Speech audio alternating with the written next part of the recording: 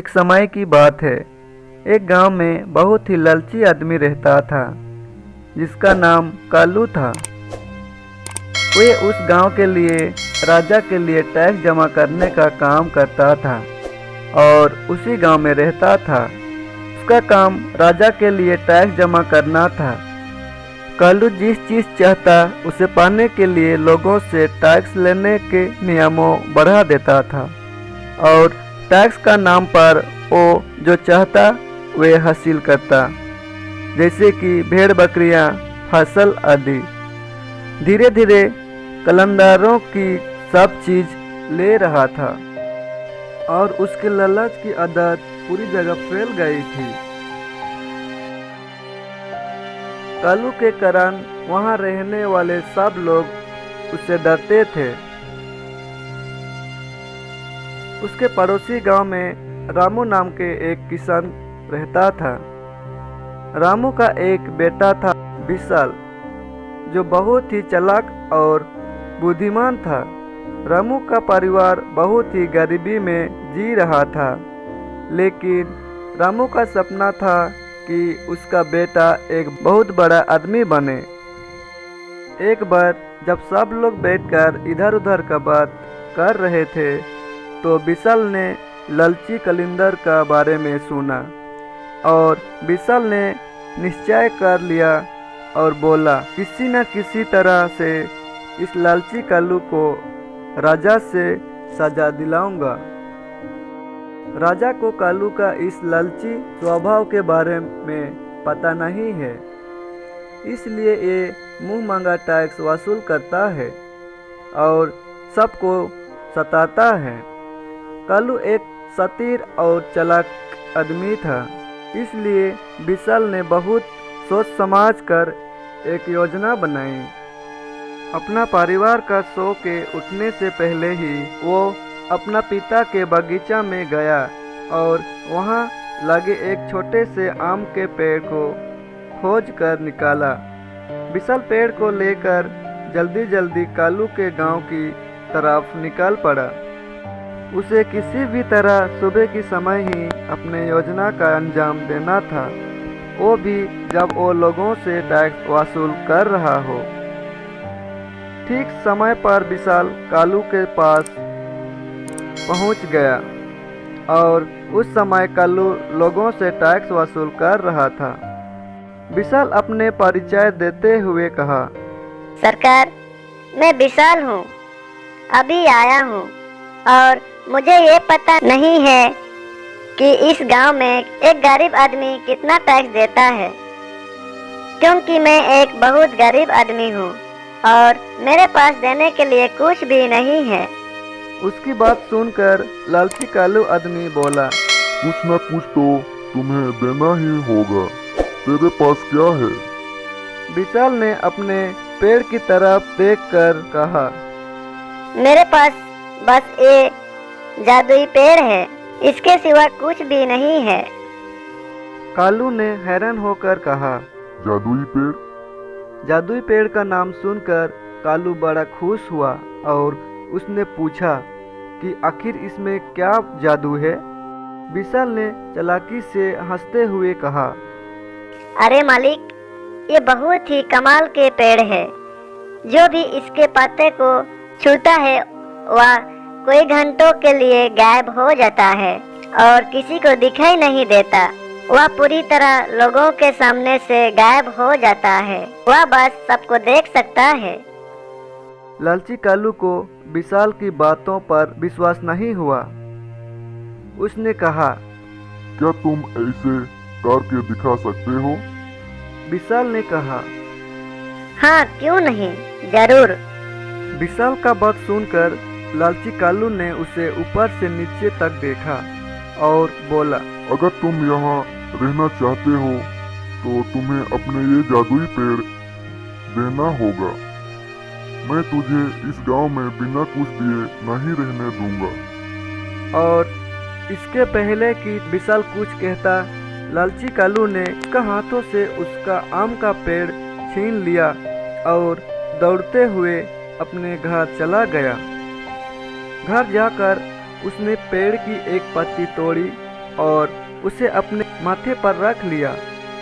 वही पास में उसकी पत्नी खड़ी थी और खाना पका रही थी।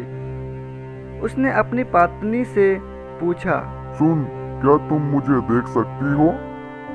पत्नी को कलंदर की बात सुनकर बहुत गुस्सा आया और वो बोली, क्या नहीं देख सकती? क्यों नहीं देख सकती?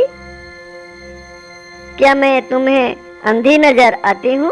अब कलंकर बड़ा परेशान हो गया और भागते हुए दूसरे कमरे पे गया और उसने पेड़ की दूसरे पत्ते तोड़कर अपने माथे पे लगाया और फिर रसोई रूम पर आकर बोला, अब क्या मुझे देख सकती हो? अब तो उसकी पत्नी को बहुत ज्यादा गुस्सा आने लगा और जोर से बोली, क्या तुम्हारा दिमाग तो ठीक है? आखिर तुम कहना क्या चाहते हो? क्या मैं तुम्हें देख नहीं पाऊंगी? क्या तुम्हें लगता है कि मेरी आंखें खराब हो गई है? लालची कलंदर बड़ा ही परेशान हुआ। वह फिर कमरे में गया। उसने फिर से एक पत्ते तोड़ी और फिर से अपने माथे पे लगाई और फिर अपने पत्नी के पास गया और फिर से दोहराया, क्या तुम मुझे अब देख सकते हो? पत्नी कालू के लगातार इस पागलपन से बड़ी परेशान हो गई थी। आखिर गुस्सा होकर उसने कहा, कहीं नहीं तुम मुझे दिखाई नहीं दे रहे हो। कहाँ है आप? मैं तो आपको नहीं देख सकती। लालची कालू यही बात सुनना चाहता था। वह खुशी से पागल हो गया। उसने सोचा कि गांव में जाकर इस पेड़ की जादू को परखेगा। वह चौराहे पर खड़ा होकर पेड़ की पत्ती माथे पर लगाए कई प्रकार की पागलों वाली हरकतें कर रहा था, किंतु किसी गांव वाले ने कुछ भी नहीं कहा, क्योंकि वे उससे बात नहीं करना चाहते थे, क्योंकि उन्हें डर था कि कहीं उन्हें टैक्स मांगने ना लग जाए। लेकिन गांव वालों की कुछ भी ना कहने से लालची कालू ने समझा कि वह पेड़ सचमुच ही जादुई पेड़ है। फिर उस दिन के बाद उससे जो चीज़ पसंद आती वह उठा कर ले जाता। वह बाजार जाता, किसी की दुकान से कोई भी चीज़ ले लेता, किसी दुकान से फल फूल ले लेता तो किसी दुकान से मिठाई ले लेता, किसी दुकान से कपड़े ले लेता और किसी दुकान से कुछ भी ले लेता था। सब उसे ऐसा करते देखते लेकिन डर के मारे कभी मना नहीं किए। लेकिन वे लालची कालू ये समझ रहा था कि किसी को दिखाई नहीं दे रहा हूँ मैं, इसलिए कोई कुछ नहीं कहता। एक दिन कालू को राजा का घर जाना हुआ। जैसे ही राजा का घर पहुंचा तो देखा राजा का घर में सोना चांदी रखा हुआ है। लालची कालू ने आदत के अनुसार पेड़ के पत्ते अपने माथे पर रखा और राजा के हीरे जवाहरात चुराने लगा। सरेआम ये हरकत देखकर राजा को बड़ा गुस्सा आया। राजा जोर से चिल्ला कर कहा, गिरफ्तार कर लो इसे। अब तो लालची कालू बड़ा परेशान हो गया। उसने कहा, महाराज, मुझे क्षमा करें, इसमें मेरी गलती नहीं है। एक गरीब आदमी ने मुझे ये जादुई पेड़ दिया। इसकी पत्तियां अपने माथे पर रखकर मैं अदृश्य हो जाता था, लेकिन आज मुझे पता चल गया है कि वह झूठ बोल रहा था, क्योंकि आपने मुझे देख लिया है और मैं गायब नहीं हुआ हूँ। राजा को उसका बात सुनकर बहुत गुस्सा आया। राजा ने कहा, ये तो बिल्कुल पागलों की तरह बात कर रहा है।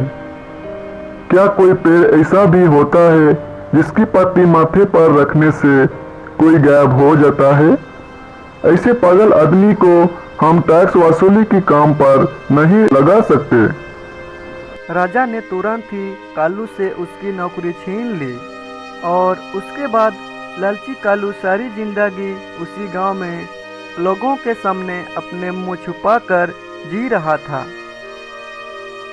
अपने लालच के कारण उसे सारी जिंदगी शर्मिंदी झेलनी पड़ी।